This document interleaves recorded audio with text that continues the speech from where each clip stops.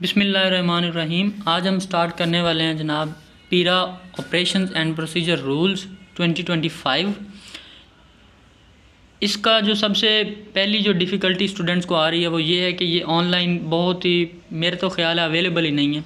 तो कोशिश मैं करूँगा कि ये जो वीडियो है इसके डिस्क्रिप्शन में इसकी जो फ़ाइल है एक सॉफ्ट फ़ाइल वो अटैच कर दूँगा ताकि आप लोग ईज़िली उसको डाउनलोड कर सकें और अपनी स्टडी पे फोकस करें। इसको हम बगैर टाइम वेस्ट किए हुए शुरू करते हैं जनाब रूल नंबर 1 से, जो कि डील करता है short title and commencement. These rules may be cited as the Punjab enforcement and regulatory authority operation and procedure rules 2025। ये इनका टाइटल होगा और ये जो come into force at once और एक ही दफ़ा नाफिजुल अमल हो जाएंगे। इसकी जो रूल 2 है वो बाकी जो कवानीन हैं उनकी तरह डेफिनेशन के साथ डील करता है। तो इनकी जो डेफिनेशन हैं क्लॉज 1 जो रूल 1 है वो ये कहता है कि in the rules unless the subject और कंटेक्स्ट अदरवाइज रिक्वायर्ड, यानी कि अगर तो किसी और लॉ में डेफिनेशन का मतलब बता दिया गया है जो इसके स्केड्यूल्ड लॉज हैं तो ठीक है, अदरवाइज़ तमाम डेफिनेशन का मतलब यही लिया जाएगा। यानी कि जहाँ कहीं पे भी डिपार्टमेंट का लफ्ज़ आ जाएगा जो इसकी पहली डेफिनेशन है तो डिपार्टमेंट से मुराद समझा जाएगा कि administrative department of the government of Punjab, यानी कि एडमिनिस्ट्रेटिव डिपार्टमेंट जो पंजाब गवर्नमेंट का होगा वो ही पीरा डिपार्टमेंट होगा। And second one is evidence. Evidence means the documentary evidence और डिजिटल एविडेंस। ये इसकी डेफिनेशन है एविडेंस की। बेसिकली ये इतनी ही डेफिनेशन है कि जो शहादत है उससे मुराद दस्तावेज़ी शहादत या कोई भी डिजिटल शहादत है और इसमें शामिल होगी जनाब video footage, audio recordings, emails, social media communications, यानी कि आप किसी की पोस्ट वगैरह पे कमेंट कर देते हैं तो वो भी क्या होगा, एविडेंस होगी। And Meta data is very important. ये एमसीक्यूज आ सकता है कि जनाब मेटा डाटा क्या है। मेटा डाटा से मुराद होती है डाटा ऑफ डाटा, यानी कि अगर आप दौरान इन्वेस्टिगेशन आप पीरा एक्ट के तहत आप पे कोई एफआईआर हुई है या कोई कंप्लेंट आई है तो आप इन्फोर्समेंट स्टेशन में जाके आप कोई शहादत दे रहे हैं, ठीक है, कोई आप वीडियो आईओ को दे रहे हैं, तो अब जो इन्फोर्समेंट ऑफिसर होगा उसकी ये ड्यूटी है कि जनाब उस जो डाटा आपने जो वीडियो की फॉर्म में दिया है उस डाटे का भी डाटा निकाले कि जनाब ये जो वीडियो है ये कितने मिनट्स की है, इसको किसने बनाई है, कौन से मोबाइल फ़ोन से इसको बनाया गया है। जब तक आप असल मोबाइल फ़ोन और वीडियो बनाने वाला पेश नहीं करेंगे उस वीडियो की कोई ऑथेंटिसिटी नहीं होगी। तो ये इससे मुराद एविडेंस है। एंड नेक्स्ट वन है form is very easy. Form means the form appended to the rules. इन रूल्स के एंड पे एक फॉर्म की जो लिस्ट ऐड कर दी गई है उनको हम बोलेंगे कि ये फॉर्म्स हैं। And rules mean the Punjab enforcement and regulatory authority operation and procedure rules 2025। जो ये रूल हम स्टडी कर रहे हैं यही रूल्स कहलाएंगे। Schedule mean the schedule appended to the rules. अब जो रूल्स के एंड पे कुछ स्केड्यूल की लिस्ट भी ऐड कर दी गई है, 2 स्केड्यूल ऐड किए हुए हैं तो उनसे मुराद लिया जाएगा कि ये स्केड्यूल हैं। एंड नेक्स्ट वन है इसका जो रूल 2 है, सब रूल 2 है, अ वर्ड और expression use but not defined in the rules. अगर कोई वर्ड है या कोई एक्सप्रेशन है जो इन रूल्स में डिफ़ाइन नहीं किया गया, shall have the same meaning as assign to in the act. तो उसका जो मतलब एक्ट में बताया गया है तो वही उसका एक्ट वाला मतलब ही लिया जाएगा। एंड थर्ड वन है meeting of the board. The board shall meet at least once in every 3 months. यानी कि जो बोर्ड है जो हमने एक्ट में पढ़ा है डिटेल में कि जो बोर्ड होगा वो कम से कम 3 महीने के अंदर एक दफ़ा अपनी मीटिंग बुलाएगा। लेकिन इसकी ये जनरल रूल हो गया। आगे कुछ एक्सेप्शंस हैं कि a special meeting of the board may be convened by the chairperson on his own. यानी कि अगर कोई स्पेशल मीटिंग कॉल करनी है तो उस मीटिंग को चेयर करेगा चेयरपर्सन, या तो खुद या फिर क्या होगा on the request of any member of the board, या बोर्ड के किसी मेंबर की रिक्वेस्ट पे,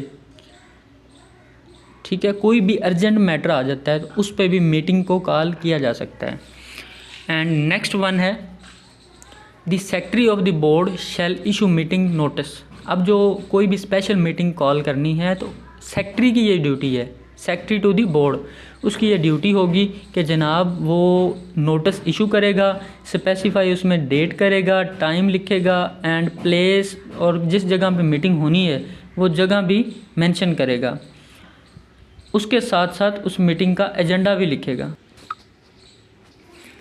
उसके साथ साथ एजेंडा ऑफ मीटिंग भी बताएगा और 3 दिन का नोटिस देगा। तमाम जो मेंबर्स होंगे बोर्ड के उनको 3 दिन पहले बताएगा कि जनाब इस दिन इस टाइम पे और इस जगह मीटिंग होनी है, एक स्पेशल मीटिंग।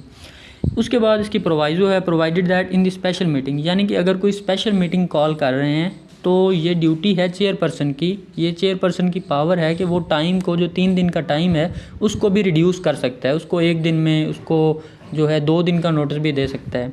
उसके बाद है जनाब नंबर 4, द बोर्ड और the chairperson may require any committee और इट्स मेंबर और any employ within its territorial jurisdiction, यानी कि जो बोर्ड है या फिर चेयरपर्सन है वो किसी भी कमेटी को रिक्वायर कर सकता है।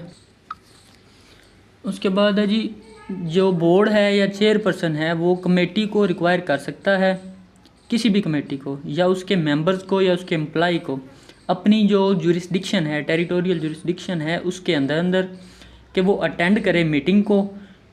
बट सच मेंबर और employ shall not have the right to cast a vote, लेकिन वो जो उसके कोरम के लिए या उसके किसी भी एजेंडे के लिए वोट नहीं कर सकते। वो मीटिंग को अटेंड करने के लिए बुला सकते हैं, लेकिन जो मेंबर होंगे या एम्प्लॉय होंगे जिनको कॉल किया गया है अपनी टेरिटोरियल जुरिस्डिक्शन में किसी और डिपार्टमेंट के मेंबर्स को, तो वो आके वोट कास्ट नहीं कर सकते। 4th वन है territorial jurisdiction of hearing officer. The hearing officer shall hear and decide all matters arising from और relating to actions taken by the enforcement station.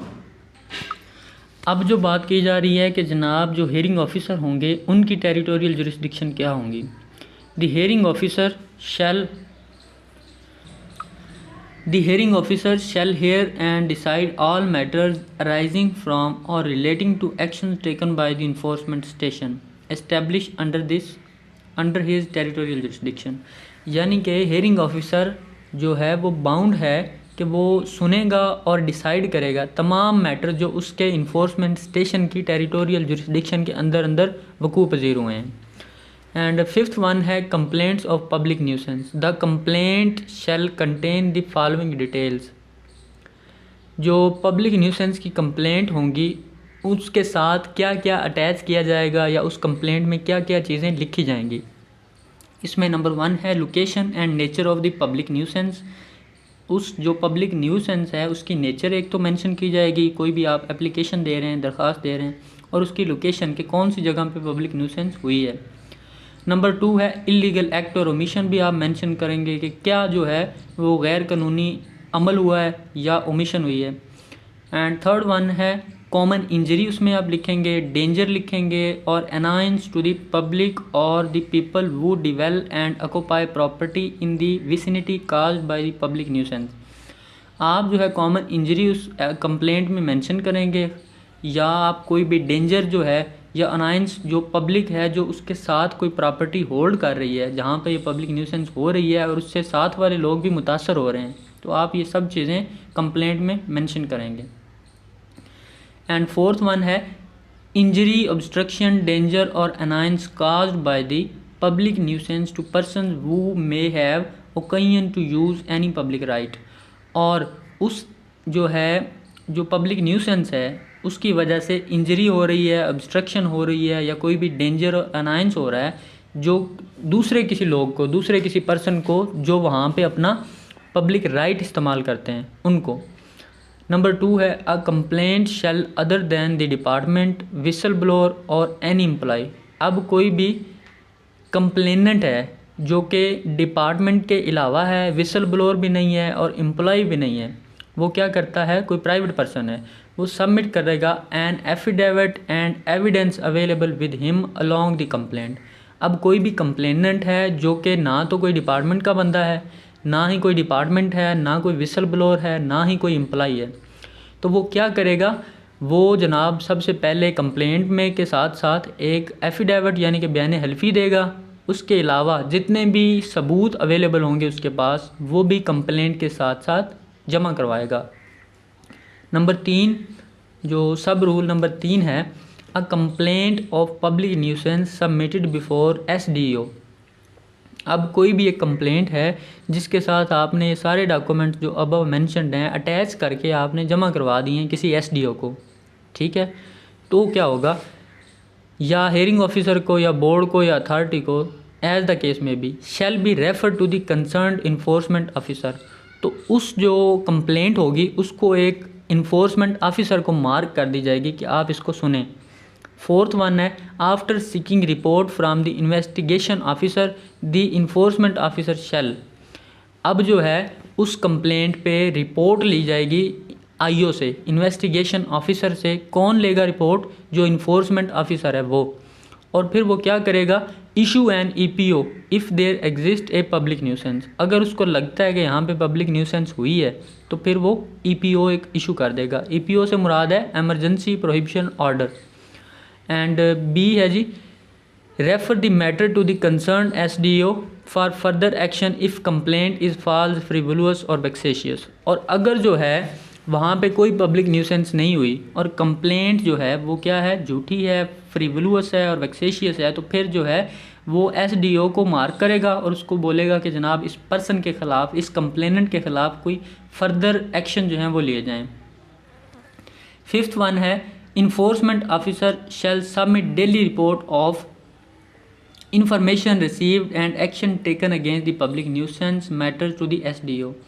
अब जो इन्फोर्समेंट ऑफिसर है वो अपनी एक तो डेली डायरी, एक डेली रिपोर्ट बनाएगा और वो अपनी जो रिपोर्ट है उसमें लिखेगा कि उसने क्या क्या एक्शंस लिए हैं पब्लिक न्यूसेंस को कंट्रोल करने के लिए, और वो जो रिपोर्ट है वो सबमिट करेगा बिफोर द SDO।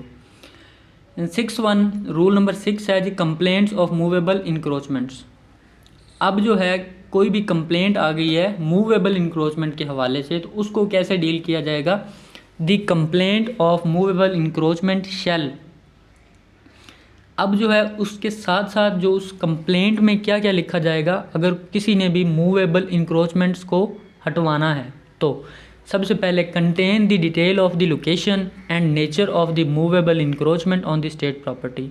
अब जो है स्टेट प्रॉपर्टी पे किस किस्म की वो इंक्रोचमेंट है, एक तो ये लिखा जाएगा, दूसरे नंबर पे उसकी तमाम जो लोकेशन की डिटेल हैं वो लिखी जाएंगी। सेकंड वन है, be supported by an affidavit. जैसा कि हमने ऊपर पढ़ा है कि उसके साथ एक बयान हल्फी अटैच किया जाएगा उस कंप्लेंट के साथ, और तमाम जो सबूत अवेलेबल होंगे वो कंप्लेंट के साथ जो है अटैच किए जाएंगे। नंबर 2 है, the enforcement officer on his own motion.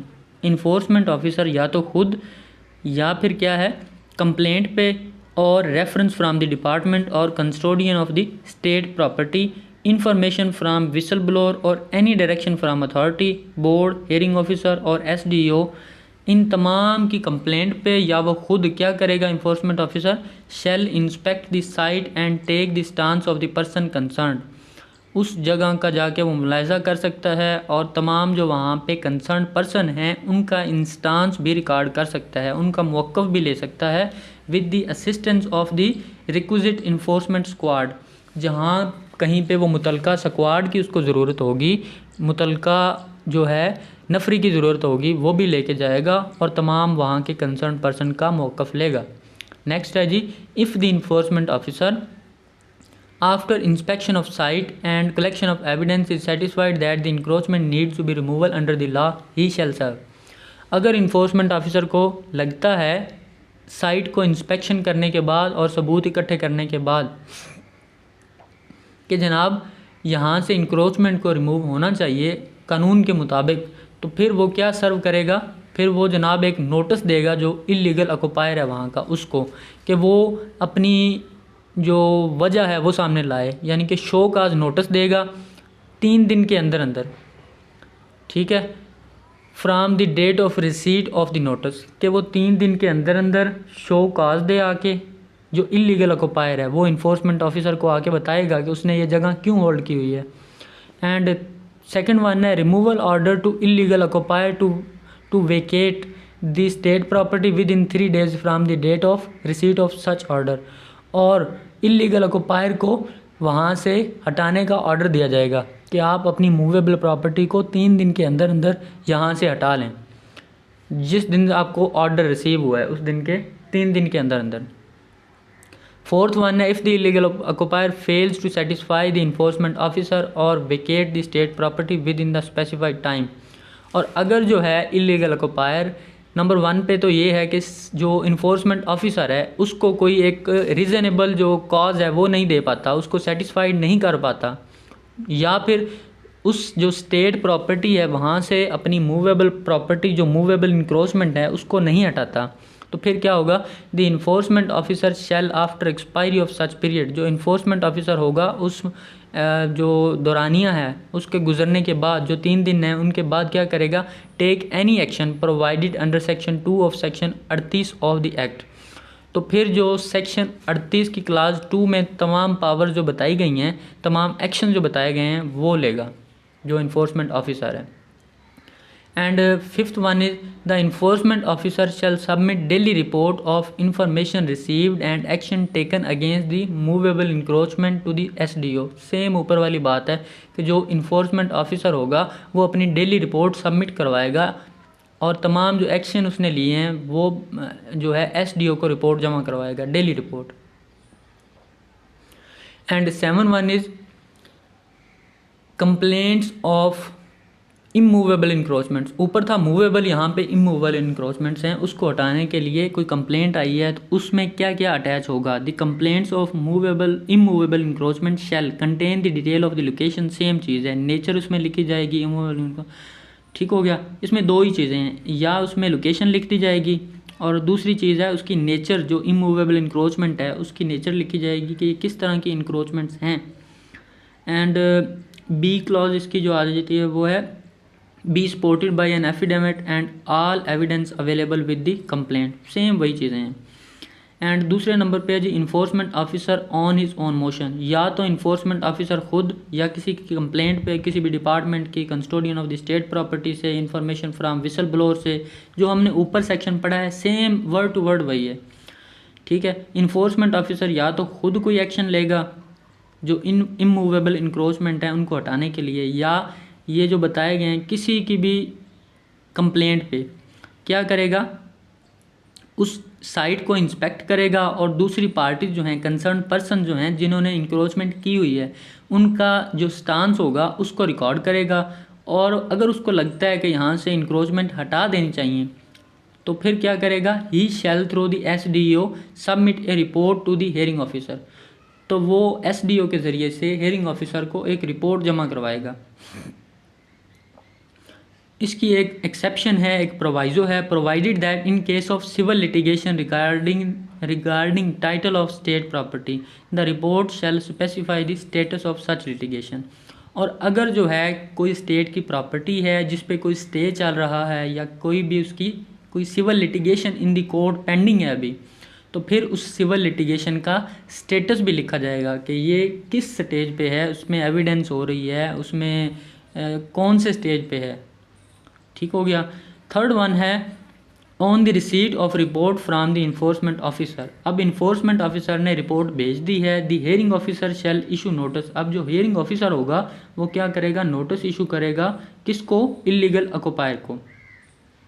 Fourth one है the alleged illegal occupier shall submit his reply supported by an affidavit. अब जो इलीगल ऑक्यूपायर होगा वो क्या करेगा, वो अपना एक रिटर्न रिप्लाई भेजेगा, एफिडेविट साथ में अटैच करेगा और तमाम जो सबूत उसके पास अवेलेबल होंगे अपने लीगल पोजेशन के लिए ओवर द स्टेट प्रॉपर्टी वो भी साथ में अटैच करके जो हियरिंग ऑफिसर है उसको भेज देगा। एंड फिफ्थ वन है the alleged illegal occupier may participate in the proceeding either in person और थ्रू रिप्रेजेंटेटिव। यानी कि जो अलेज्ड इलीगल ऑक्यूपायर होगा वो या तो खुद इन पर्सन या फिर अपने वकील के ज़रिए से जो है हियरिंग ऑफिसर के सामने पेश हो सकता है।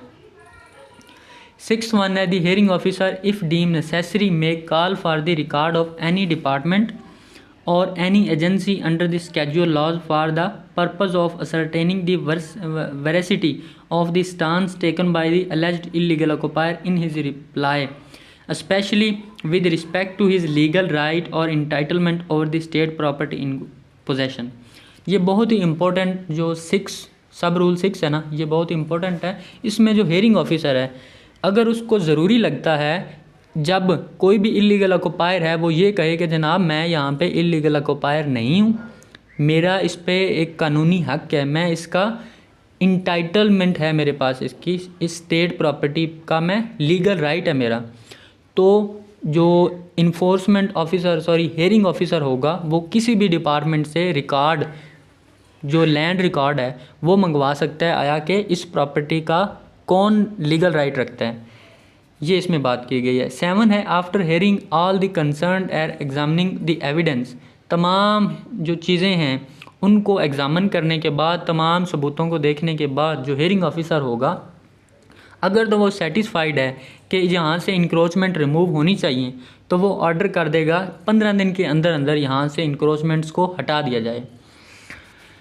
एंड अगर जो है टाइम एक्सपायर हो गया, on the expiry of time period specified in the removal order, अगर 15 दिन पूरे हो गए हैं उसके बावजूद जो है इलीगल ऑक्यूपायर इंक्रोचमेंट्स नहीं हटा रहा, तो फिर the hearing officer shall direct the SDO, तो हेयरिंग ऑफिसर जो होगा वो एसडीओ को डायरेक्शन जारी करेगा, हुक्म देगा कि जो है to get the removed by issuing a specific direction in writing in this regard, कि एसडीओ को वो डायरेक्शन देगा कि जनाब आप जो है यहाँ से ये जो इलीगल ऑक्यूपायर है इसका तमाम जो इंक्रोचमेंट्स हैं इसको हटा दें।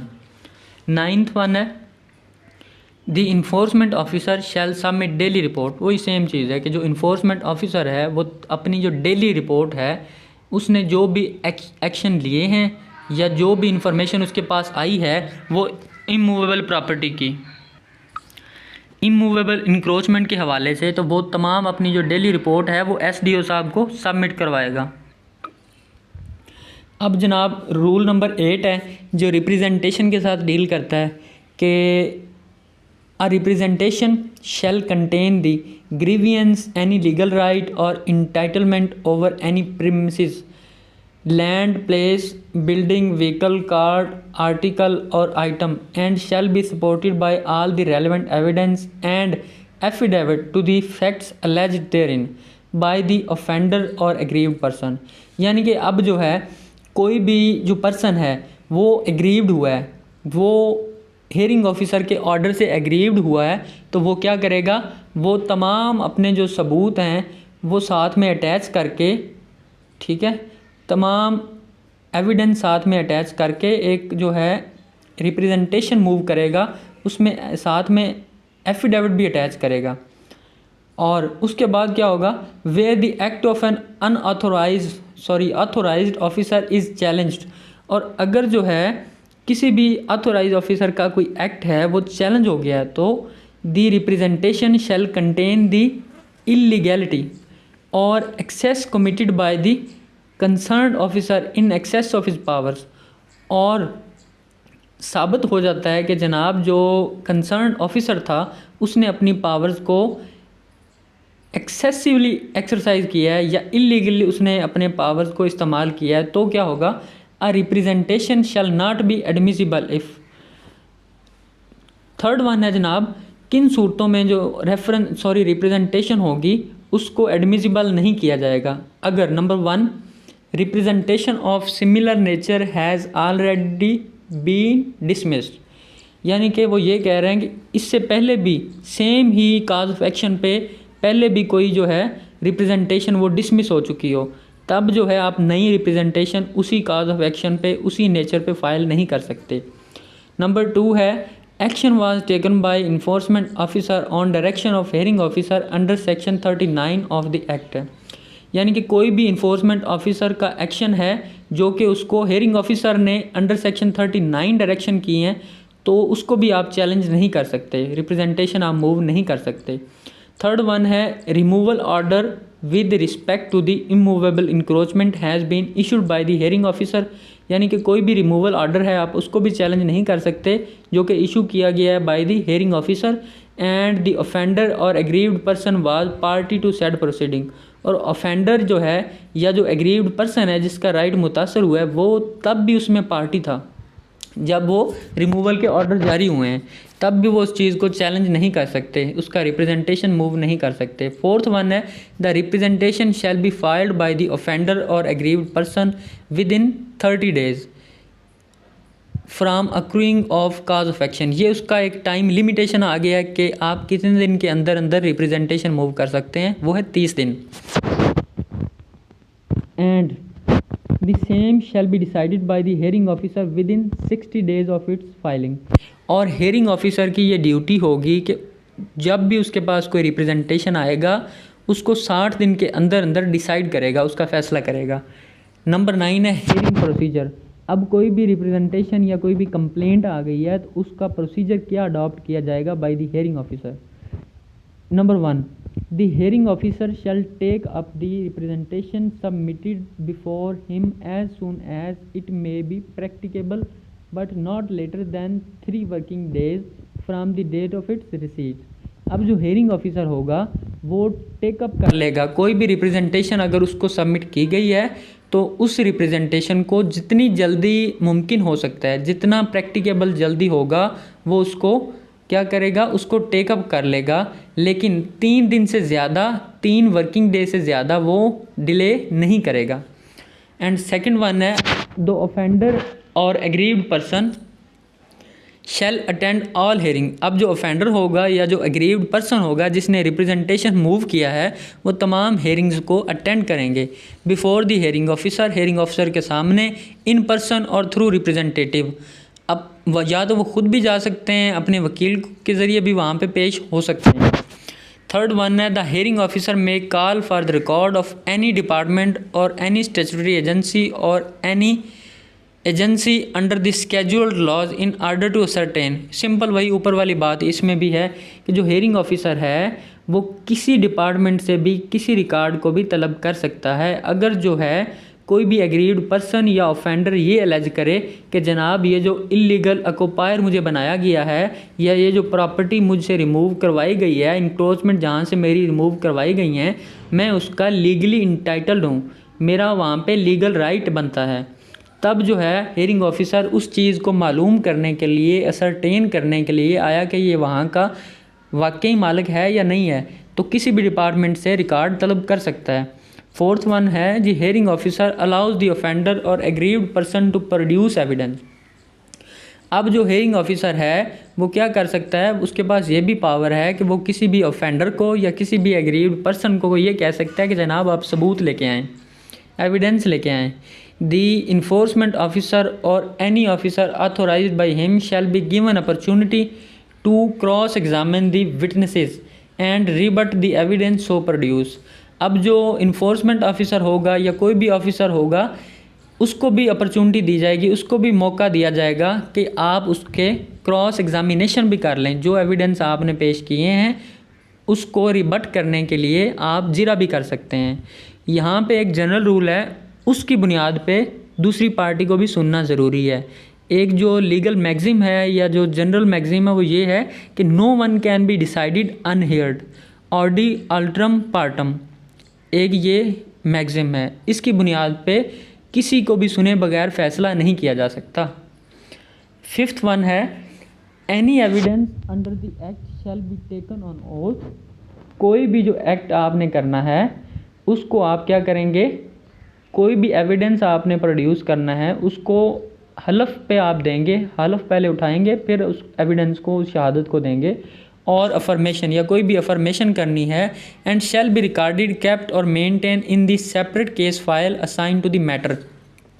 और तमाम जो एविडेंस आएगी या तमाम जो अफर्मेशन होंगी उनको सेपरेट फाइल में रखा जाएगा जो उस केस को रेफ़र की गई है, उस मैटर को जो असाइन की गई है। सिक्स्थ वन है all parties shall attend the hearing. तमाम पार्टीज़ को समाअत के लिए बुलाया जाएगा। And in case of default, और अगर कोई पार्टी नहीं आती तो the hearing officer may for reason to be recorded in writing. तो हियरिंग ऑफिसर जो होगा वो वजह लिखेगा और एडजर्न करेगा the hearing and impose such cost. और जो पार्टी नहीं पेश हो रही उसको क्या करेगा, उसको खर्चा डालेगा, उसको कॉस्ट डाल देगा as he may deem appropriate, जो उसको मुनासिब लगती है। ठीक हो गया। एंड नेक्स्ट वन है the representation shall be decided by the hearing officer within 60 days of its filing. और ये जो रिप्रेजेंटेशन होगा ये हेयरिंग ऑफिसर 60 दिन के अंदर अंदर ही इसको डिसाइड करेगा। नंबर 10 है power to proceed ex parte. अब जो ऊपर हमने पढ़ा है कि जनाब एक पार्टी तो पेश हो गई है, दूसरी पार्टी पेश ही नहीं हो रही, तो फिर हेयरिंग ऑफिसर क्या करेगा? हेयरिंग ऑफिसर यहाँ पे यकतरफा फैसला कर देगा। नंबर 1 है सब rule 1 10(1). In case a party to the proceeding after service of notice does not appear before the hearing officer on a date fixed for hearing, the hearing officer shall proceed ex parte against such party in the matter। अब जो है कोई भी party है उसको notice serve हो गया है, अब नोटिस रिसीव करने के बाद वो हेयरिंग ऑफिसर के सामने पेश ही नहीं होती जानबूझ के, तो फिर क्या करेगा? हेयरिंग ऑफिसर के पास ये पावर है कि उसको यकतरफा डिसाइड कर देगा उस मैटर को। If such person appears on a subsequent date fixed for hearing in the proceedings, अगर कोई जो वो पर्सन है दूसरी पार्टी जो है वो किसी दूसरी डेट पे जनाब पेश हो जाते हैं, हेयरिंग्स में प्रोसीडिंग्स में पेश हो जाते हैं, तो फिर क्या होगा? इफ़ एनी, अगर कोई है तो, and show good cause for his absence, और वो पिछली गैर मौजूदगी को क्या करते हैं? कोई एक अच्छी वजह जो जिससे हेयरिंग ऑफिसर सेटिस्फाइड हो जाता है वो दे देते हैं, तो फिर the hearing officer may allow him to join the proceeding from there on. तो फिर उससे आगे की जो प्रोसीडिंग्स होंगी उसमें दूसरी पार्टी को जिसके खिलाफ एक्स पार्टी फैसला हो चुका है उसको कहा जाएगा कि आप ज्वाइन कर सकते हैं प्रोसीडिंग्स को। Number 11 power to dismiss matter for default where the complaint offender और aggrieved person does not appear before the hearing officer on any date fixed for hearing और any proceedings pending before him. अगर जो है वो कह रहे हैं कि कोई भी पार्टी जो है उसको नोटिस मिल गया है, ठीक है, वो एग्रीव्ड पर्सन है या कोई भी कंप्लेनेंट है, वो हेयरिंग ऑफिसर के सामने पेश ही नहीं होती अपनी जो डेट फिक्स है उस पर, तो फिर क्या होगा? हेयरिंग ऑफिसर क्या करेगा? ही में dismiss the proceeding for default, तो वो डिफ़ॉल्ट की बुनियाद पे हेयरिंग को क्या कर देगा? डिसमिस कर देगा, प्रोसीडिंग्स को डिसमिस कर देगा। Provided that the hearing officer shall not exercise such power if the complainant is an officer और employee appearing on behalf of the authority board और इन्फोर्समेंट स्टेशन। यहाँ पे एक एक्सेप्शन लिखी गई है कि अगर जो है कोई भी ऑफिसर है जो कि कंप्लेनेंट था या कोई भी एम्प्लॉय है, किसका है? अथॉरिटी का है, बोर्ड का है या इन्फोर्समेंट स्टेशन का है, तब जो है हेयरिंग ऑफिसर अपनी ये पावर्स जो हैं डिफ़ॉल्ट डिसमिस इन डिफ़ॉल्ट की वो एक्सरसाइज नहीं करेगा। नेक्स्ट है सब rule 2 the hearing officer shall not restore any proceeding dismissed for default under subsection 1। यानी कि जो सब सेक्शन 1 के तहत प्रोसीडिंग्स जो हैं वो डिसमिस कर दी गई हैं तो उसको रीस्टोर या उसको दोबारा नहीं किया जाएगा। नेक्स्ट वन है इंटरम रिलीफ, यानी कि कोई दरमियानी रिलीफ अब मिलना है। रूल नंबर 12 है the hearing officer may on an application submitted with the representation and support bye an affidavit. अब जो हेयरिंग ऑफिसर है उसके पास कोई एप्लीकेशन आई है, कोई एप्लीकेशन सबमिट हुई है रिप्रेजेंटेशन के साथ, एंड उसके साथ क्या है? एफिडेविट भी है कि वो पार्टी कहती है कि जनाब मुझे कोई इंटरम रिलीफ दिया जाए, कि अभी तक केस चल रहा है उस केस में मुझे कोई रिलीफ दिया जाए, ठीक है, तो क्या होगा कि in writing pending the final decision of a representation by the suspending the operation of an EPO issued by the enforcement officer और any relief deem fit and proper in the fact and circumstances of the case. या वो party कहती है कि जो आपको relief suitable लगता है हेयरिंग ऑफिसर को वो हमें दिया जाए, तो फिर क्या होगा? Provided that the final relief sought by the offender और aggrieved person shall not be granted by the hearing officer as an interim relief. ठीक है, यानी कि वो रिलीफ भी पार्टी को दिया जाएगा एज एन इंटरम रिलीफ, उसको फाइनल तस्वुर नहीं किया जाएगा, ये एक एक्सेप्शन है। और provided further that the hearing officer shall not restore status को एंटी एज इंटरम रिलीफ। अब जो हेयरिंग ऑफिसर है वो स्टेटस को, उस चीज़ को, स्टेटस को एंटी उसको जो है रिस्टोर नहीं कर सकता। एंड क्लास 2 इसकी है कि अगर ग्रांट करना है आपने कोई भी इंटरम रिलीफ हेयरिंग ऑफिसर ने, तो हेयरिंग ऑफिसर क्या चीज़ें कंसिडर करेगा? That there is prima facie case कि वो केस प्राइमा फेशियाई है, इर्रिपेरेबल लॉस है उसमें, और जो अर्जेंट किस्म का मैटर है उसमें जो है वो हेयरिंग ऑफिसर है वो इंटरम रिलीफ ग्रांट कर देगा, और interim relief otherwise necessary for grant of final relief. ठीक है, या वो उसको जो प्राइमा फेशियाई केस है वो ये बता रहा है कि जनाब फाइनल रिलीफ में भी इस पार्टी को रिलीफ मिल जाएगा, तो भी उसको इंटरम रिलीफ दे दिया जाएगा। An order granting interim relief shall immediately be communicated to the SDO। अगर कोई इंटरम रिलीफ जो है हेयरिंग ऑफिसर देगा तो वो फौरी तौर पे SDO साहब के नोटिस में लाएगा। नेक्स्ट है जी रूल नंबर 13 जो कि डील करता है ऑर्डर के साथ। The hearing officer shell decide the complaint और representation as the case may B.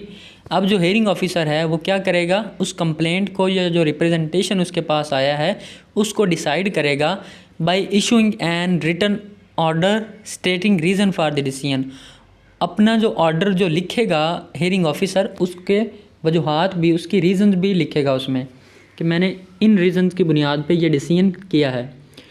And second one है the order shall be provided to the offender और aggrieved person as well as the SDO of the concerned enforcement station. अब जो भी order pass होगा वो तमाम जो offender होंगे या जो एग्रीव्ड पर्सन हैं उनको दिया जाएगा, उसके साथ साथ इन्फोर्समेंट ऑफिसर को दिया जाएगा जो कि SDO है, उसको भी ये ऑर्डर की कापी फॉरवर्ड की जाएगी। नंबर 3 है in case the decision of hearing officer is to modify और convert an EPO into an absolute order. और अगर कोई फ़ैसला इस तरह का है कि जो मॉडिफाई होना है, जिसको मॉडिफाई किया जाना है हेयरिंग ऑफिसर ने, या कोई भी ऐसा EPO है जिसको एक एब्सोल्यूट ऑर्डर में कन्वर्ट करना है, सच ऑर्डर शैल फर्दर कंटेन, तो ऐसा ऑर्डर के साथ साथ ये मज़ीद चीज़ें भी मुंसलिक होंगी। Detail of the public nuisance. Number 2 है reason of passing an absolute order. Number 3 है direction to the offender creating such nuisance to remove the nuisance within specified time period. जो ऑफेंडर होगा उसको हिदायत भी इसमें लिखी जाएंगी कि जनाब आप इस स्पेसिफाइड टाइम पीरियड में न्यूसेंस को ख़त्म कर दें। एंड फोर्थ वन है कोई भी फर्दर पेनल्टी जो है जो कि इम्पोज की जानी है ऑफेंडर पे, if the absolute order is not complied with, अगर उसने एब्सोल्यूट ऑर्डर को फॉलो नहीं किया तो वो भी लिखी जाएंगी उस ऑर्डर में। If the offender has not removed the public nuisance within the specified time period in the absolute order.